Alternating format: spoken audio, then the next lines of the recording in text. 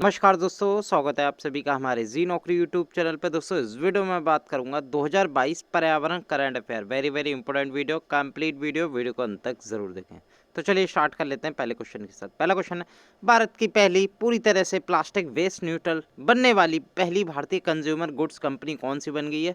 तो दोस्तों जो पर्यावरण के लिए प्लास्टिक वेस्ट न्यूट्रल बनने वाली पहली भारतीय कंज्यूमर कंपनी बन गई है दोस्तों डाबर इंडिया। ये आपको ध्यान में रखना है दोस्तों, कौन बन गई है? डाबर इंडिया बन गई है। ये first Indian plastic waste neutral FMCG company है दोस्तों, और इसका नाम है डाबर इंडिया। ये आपको ध्यान में रखना है। डाबर इंडिया की मैं बात करूं, इसके करंटली सीईओ हैं मोहित मल्होत्रा। ये भी आपको ध्यान में रखना है दोस्तों अगर आप पहली बार हमारे जी नौकरी यूट्यूब चैनल पर नए हैं, चैनल को जरूर सब्सक्राइब कीजिएगा, साथ के साथ बेल आइकन जरूर क्लिक कीजिएगा, जिससे कि हमारी वीडियो की लेटेस्ट नोटिफिकेशन आपको प्राप्त हो सके। वीडियो पसंद आ रही है, लाइक शेयर और अपने वैल्यूएबल कमेंट ज़रूर कीजिए करें।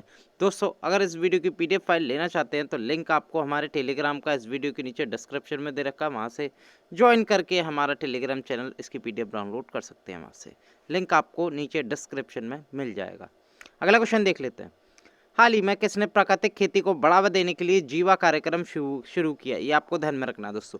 जीवा प्रोग्राम किसने लॉन्च किया दोस्तों? Promote natural farming. ये आपको ध्यान में रखना है दोस्तों, किसने लॉन्च किया? ये किया नाबार्ड ने। ये आपको ध्यान में रखना है दोस्तों, कभी कभी नाबार्ड की भी फुल फॉर्म पूछ ली जाती है स्टैटिक जीके में। क्या होती है?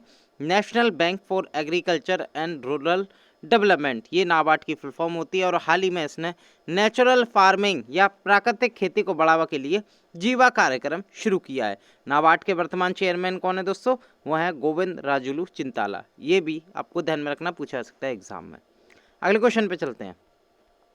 अगला क्वेश्चन है, भारत की पहली सैनिटरी नैपकिन मुक्त पंचायत कौन सी बन गई है? डबल स्टार क्वेश्चन है, याद कर लीजिए, पूछा जा सकता है एग्जाम में। तो दोस्तों ये जो बन गई है, इसका नाम है कुबलंगी। क्या नाम है दोस्तों? कुबलंगी नाम है। ये एक तरह का विलेज है, कहाँ पर? केरल में। केरल का एक जिला है जिसका नाम है एर्नाकुलम। एर्नाकुलम में एक विलेज है, क्या नाम है इसका? कुबलंगी गांव।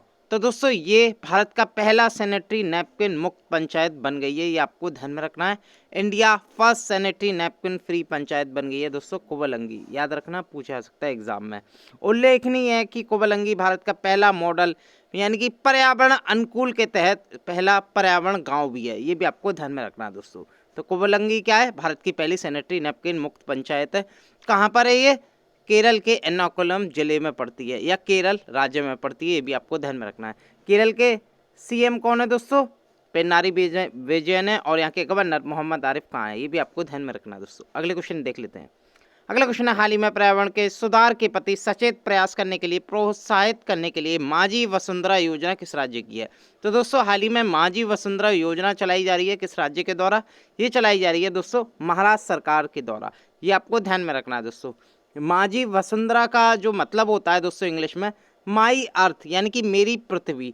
ये एक तरह का कैंपेन है जो कि महाराष्ट्र सरकार द्वारा ये पर्यावरण को देखरेख के लिए या पर्यावरण के सुधार के प्रति चलाया जा रहा है दोस्तों। इसमें अभी एक ये करंट अफेयर बनी थी दोस्तों, हाल ही में महाराष्ट्र के साथ किसने टाई अप किया है? यूएनईपी ने। यूएनईपी क्या होती है? ये पर्यावरण की सबसे बड़ी संस्था होती है इंटरनेशनल लेवल पे। क्या नाम है इसका? यूनाइटेड नेशन एनवायरनमेंट प्रोग्राम, जिसका हेडक्वार्टर नैरोबी में है दोस्तों, जो कि केन्या की राजधानी है। और हाल ही में इसने महाराष्ट्र के साथ, यानी कि महाराष्ट्र की जो स्कीम चल रही थी माझी वसुंधरा, इसके साथ टाई अप किया है दोस्तों इस कैंपेन को सपोर्ट करने के लिए। तो दोस्तों ये रिसेंटली करंट अफेयर थी, इससे रिलेटेड तो आपसे पूछा जा सकता है माझी वसुंधरा योजना किस राज्य से संबंधित है? तो दोस्तों महाराष्ट्र राज्य से संबंधित है। अगला क्वेश्चन देख लेते हैं।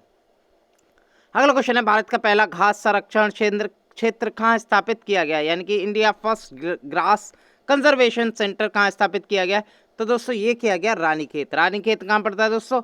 उत्तराखंड राज्य में। ये आपको ध्यान में रखना। और ये भारत का पहला घास संरक्षण क्षेत्र स्थापित हो चुका है, कहाँ? रानीखेत में। बेसिकली इस परियोजना का उद्देश्य घास प्रजातियों की महत्ता के बारे में जागरूकता पैदा करना और उनके संरक्षण को बढ़ावा देना तथा इस क्षेत्र में शोध को मदद देना है। तो याद रखिएगा, रानीखेत उत्तराखंड में स्थापित की गई है। अगला क्वेश्चन देख लेते हैं दोस्तों। हाल ही में भारत का पहला बायोमास आधारित हाइड्रोजन संयंत्र का स्थापित किया जाएगा। तो दोस्तों ये पर्यावरण की दृष्टि से इंडिया का first biomass based hydrogen plant है, क्योंकि दोस्तों हाइड्रोजन जो है बहुत कम पॉल्यूशन करता है। तो दोस्तों ये कहाँ स्थापित किया जाएगा? ये किया जाएगा मध्य प्रदेश राज्य में। मध्य प्रदेश में ही बात करूं तो दोस्तों मध्य प्रदेश का एक खंडवा डिस्ट्रिक्ट है। खंडवा डिस्ट्रिक्ट आपने नाम सुना होगा, जहां से दोस्तों भारत के जो मशहूर सिंगर हैं, जो गायक थे, जिनका नाम था किशोर कुमार, वो आते थे। यानी कि किशोर कुमार खंडवा, मध्य प्रदेश के खंडवा डिस्ट्रिक्ट में ही पैदा हुए थे। और यहीं पर दोस्तों भारत का पहला बायोमास आधारित हाइड्रोजन संयंत्र स्थापित किया जाएगा। ये आपको ध्यान में रखना। किसकी मदद से? यानी कि कौन बना रहा है? एक वाटोम एनर्जी लिमिटेड बना रहा है, साथ के साथ इसकी हेल्प कर रहा है बीजेल ग्रीन एनर्जी। ये दोनों मिलकर दोस्तों ये संयंत्र बनाने में ये खंडवा में जुटे हुए हैं। अगला क्वेश्चन देख लेते हैं। हाल ही में IUCN द्वारा भारत का पहला अन्य प्रभावी क्षेत्र आधारित संरक्षण उपाय, या इसे कहते हैं हम OECM साइट घोषित किया गया। OECM साइट क्या होती है दोस्तों? ये होती है other effective area based conservation measure. दोस्तों आपको अगर मैं जनरली समझाऊं, जैसे कोई जंगल है या कोई खेत है, जंगल, ठीक है, इससे कोई विशाल फॉरेस्ट बन जाए या कोई पर्यावरण अनुकूल एक तरह का फॉरेस्ट बन जाए, ठीक है, तो दोस्तों उसे हम किस में रखेंगे? OECM साइट में रखेंगे। ये आपको ध्यान में रखना दोस्तों।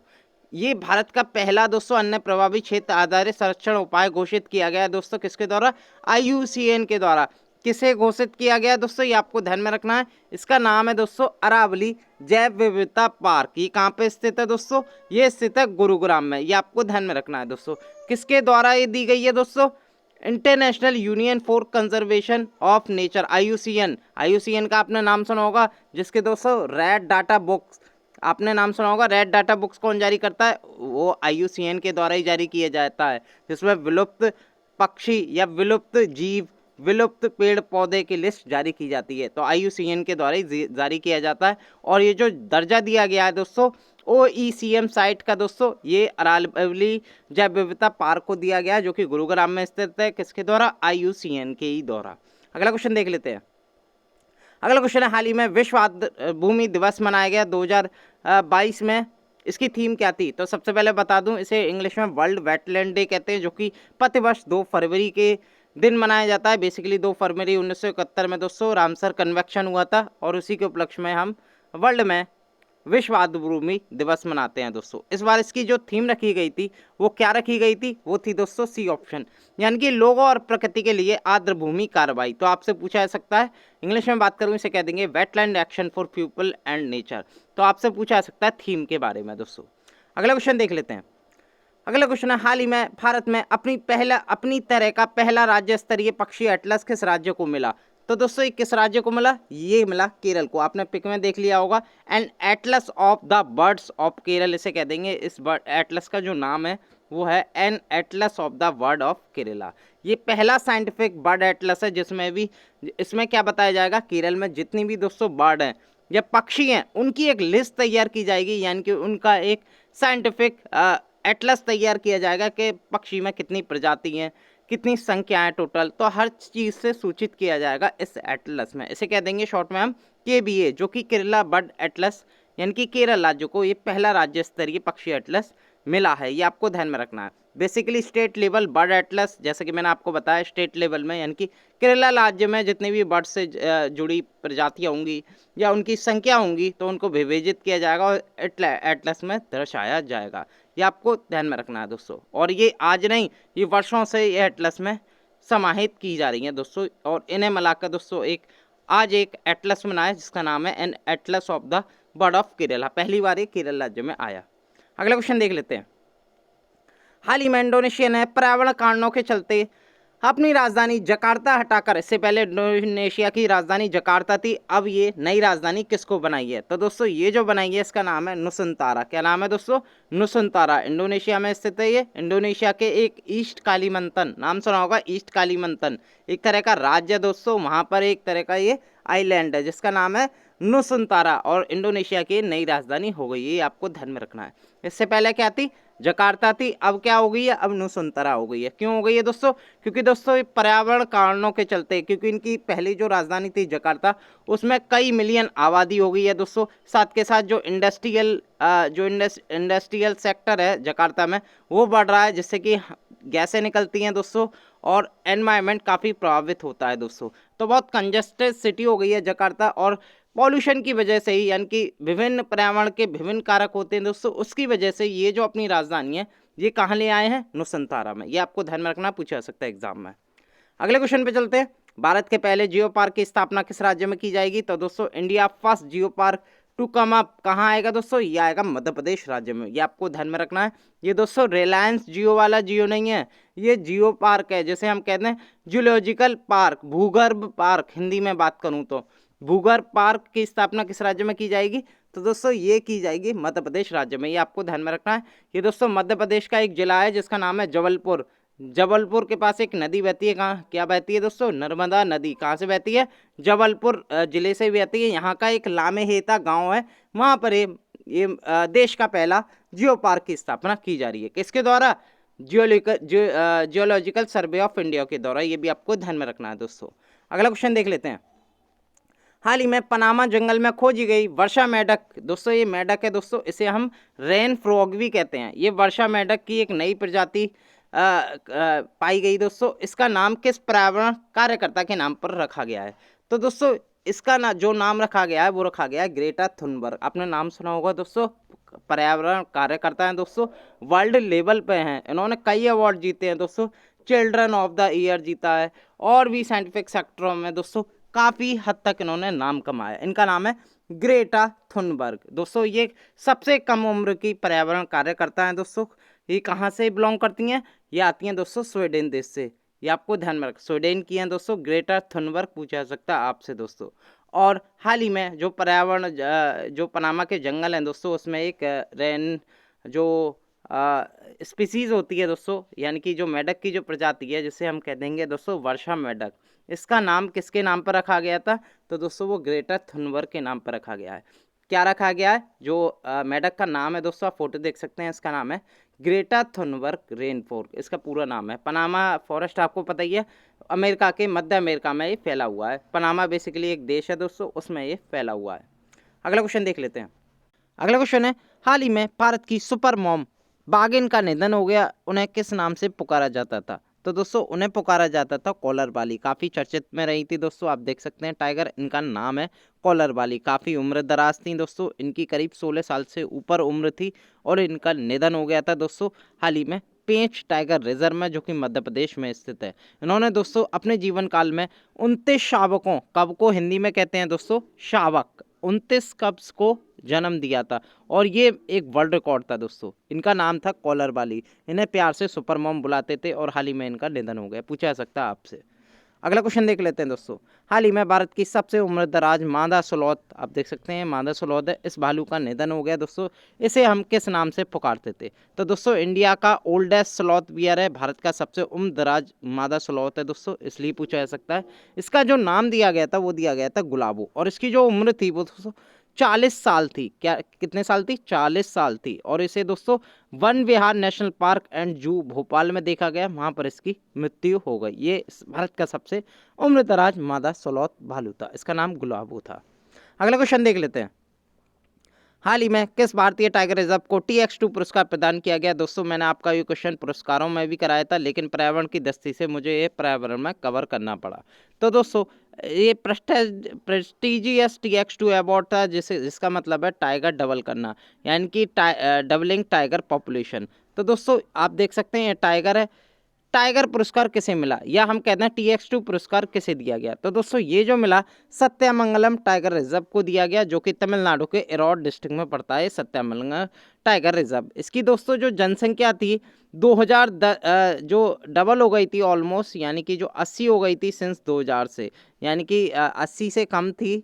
अगर मैं बात करूं 2010 से पहले ये 80 से कम थी, लेकिन आते आते यहाँ जो टाइगर पॉपुलेशन है डबल हो गई, 80 तक पहुँच गई। तो दोस्तों ये जो इसलिए इसे पुरस्कार दिया गया क्योंकि इसने अपनी टाइगरों की आबादी को डबल कर लिया है, इसलिए हम डबलिंग टाइगर यानी कि TX2 पुरस्कार से सम्मानित करते हैं किसी भी टाइगर रिजर्व को। तो दोस्तों हाल ही में किसे दिया वर्ष 2022 का?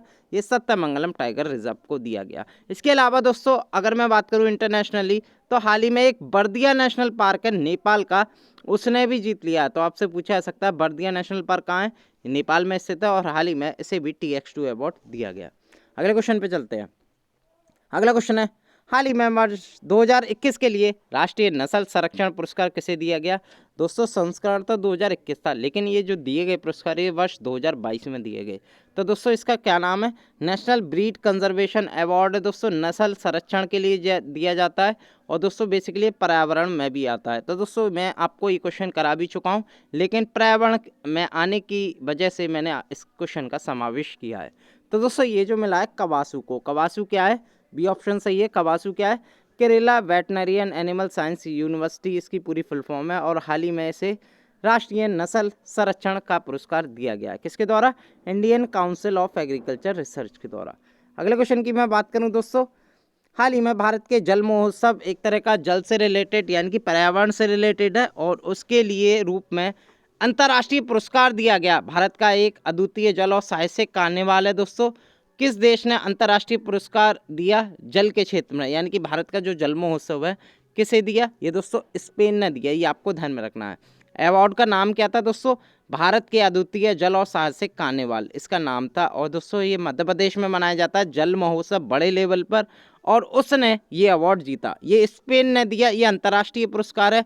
स्पेन ने भारत को ये अवार्ड दिया कि आपका जो जल महोत्सव है जो कि मध्य प्रदेश के द्वारा मनाया जाता है, उसने ये अवार्ड जीता है। किसके द्वारा दिया गया? स्पेन देश के द्वारा।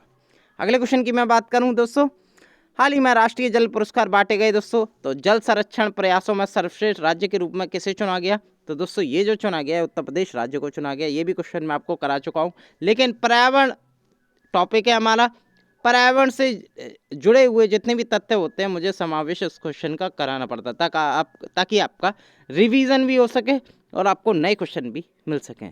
बेस्ट स्टेट कौन रहा दोस्तों? ये रहा उत्तर प्रदेश। ये तीसरे नेशनल वाटर अवार्ड थे दोस्तों, संस्करण था 2020, लेकिन बांटे गई 22 में। किसके द्वारा बांटे गए? भारत के जो जल मंत्री हैं गजेंद्र सिंह शेखावत है, उनके द्वारा ये बांटे गए। अगला क्वेश्चन देख लेते हैं दोस्तों, हाल ही में वैश्विक पर्यावरण और जलवायु कार्रवाई नागरिक पुरस्कार किसे मिला वर्ष 2021 का? इसे इंग्लिश में क्या कहते हैं? Global environment and climate action citizen award. ये जो दिया गया, ये दिया गया वायरल सुधीर भाई देसाई, या इन्हें हम कहते हैं विरल देसाई।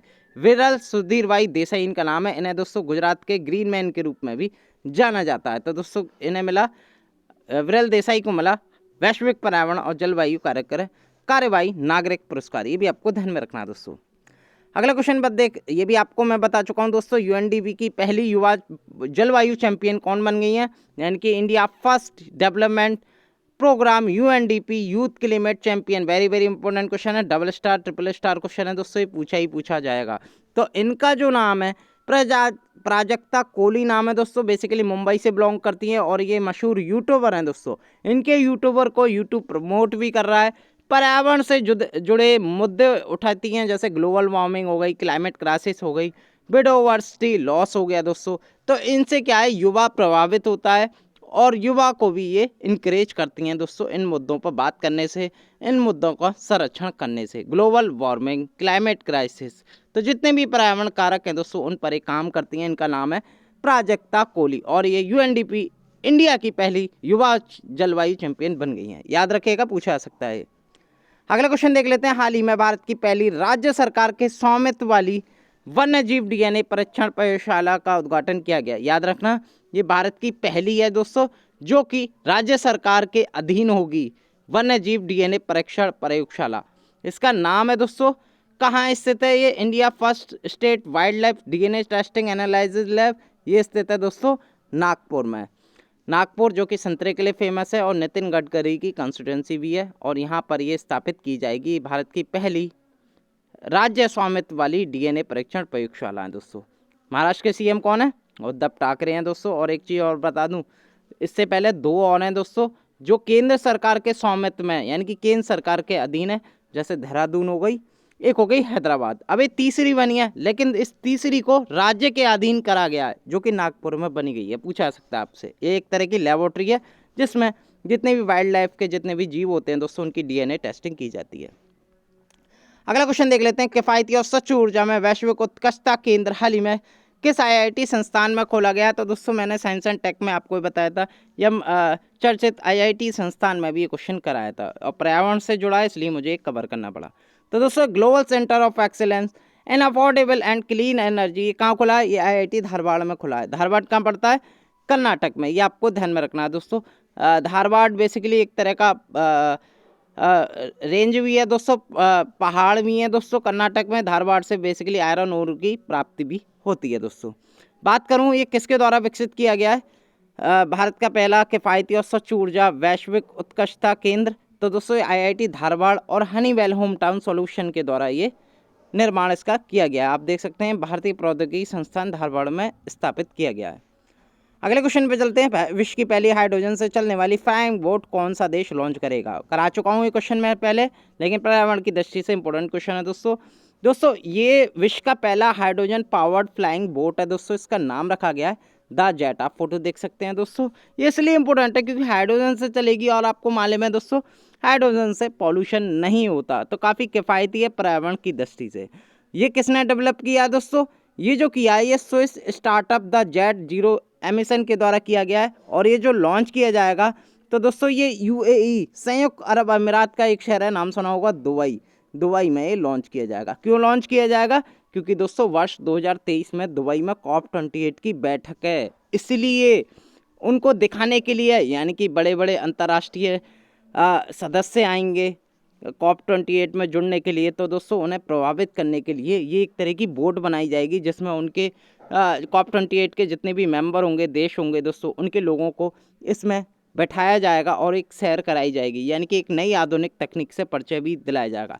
इसमें करीब ये जो बोट है दोस्तों, इसमें करीब 8 से 10 लोग बैठ सकते हैं और 40 नॉट्स की स्पीड से ये तैर सकती है। और ये असली बात ये है हाइड्रोजन पावर का इस्तेमाल किया जाएगा जो कि पर्यावरण के लिए भी बहुत अच्छा है दोस्तों, पर्यावरण को क्षति नहीं पहुंचती। और ये COP28 है दोस्तों, पर्यावरण के मुद्दों पर ही चर्चा करती है, तो उसको देखते काफ़ी इंपॉर्टेंट क्वेश्चन है ये। अगला क्वेश्चन देख लेते हैं। हाल ही में जल के पुनः उपयोग पर उत्कृष्टता केंद्र का शुभारंभ कहाँ किया गया? तो centre of excellence on water reuse, यानी कि वाटर को दोबारा उपयोग करना, इस पर एक केंद्र का उद्घाटन किया गया है। ये किया गया है दिल्ली में। दिल्ली में कहाँ किया गया है? जहाँ टेरी का हेडक्वार्टर है। टेरी की फुल फॉर्म क्या होती है? The energy and resources institute इसकी फुल फॉर्म होती है। और ये अपनी तरह का देश का पहला उत्कृष्टता केंद्र है जो कि जल के पुनः उपयोग, यानी कि एक बार यूज़ करके जल का दोबारा यूज कर लूँ मैं उसके लिए ये नई दिल्ली में इसका हेडक्वार्टर जो केंद्र है वो स्थापित किया गया है, जो कि टेरी का भी हेडक्वार्टर है।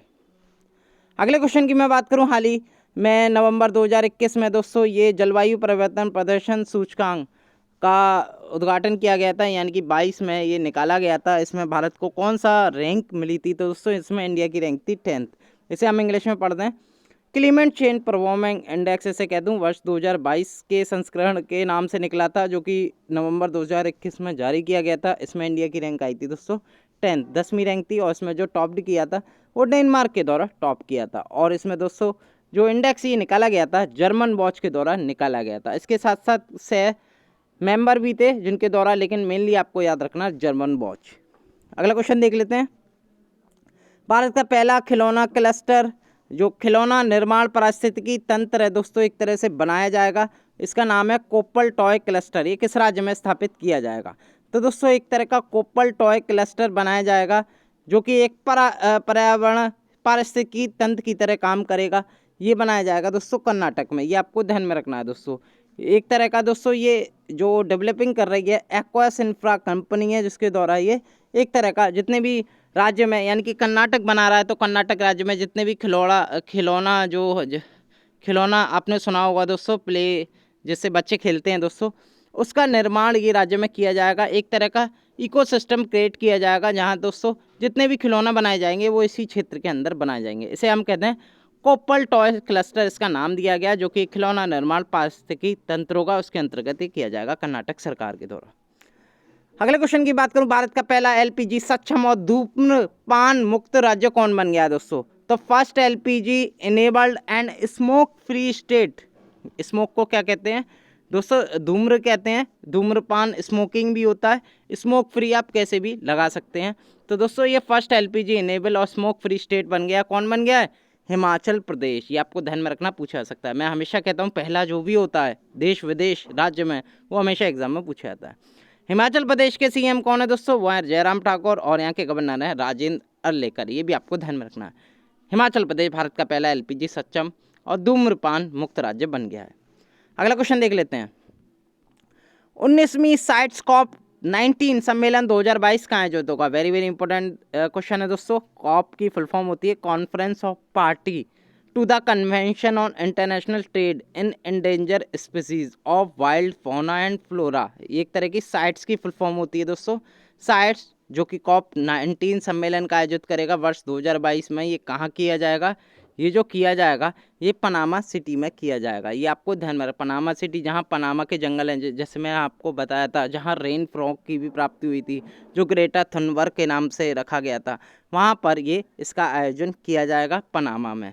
ये दोस्तों पर्यावरण के मुद्दे और जो वाइल्ड फौना होता है, फौने होते हैं यानी कि पेड़ पौधे और जीव जंतु होते हैं, उन पे सबसे बड़ी ये इंटरनेशनल जो ट्रेड होती है, जो एंडेंजर स्पीसीज़ होती हैं, यानी कि जो खतरे में जो स्पीसीज़ होती हैं, जैसे कोई खतरे में फूल है या जीव हैं, जितने भी हैं, उनका जो ट्रेड होता है, अनाधिकृत व्यापार होता है, उनको रोक के लिए दोस्तों ये सबसे बड़ी ये कॉप 19 की बैठक होती है दोस्तों, जो कि 14 से 25 नवंबर के बीच आयोजित होगी। कहाँ पर? पनामा में। तो पूछा जा सकता है आपसे इसके बारे में।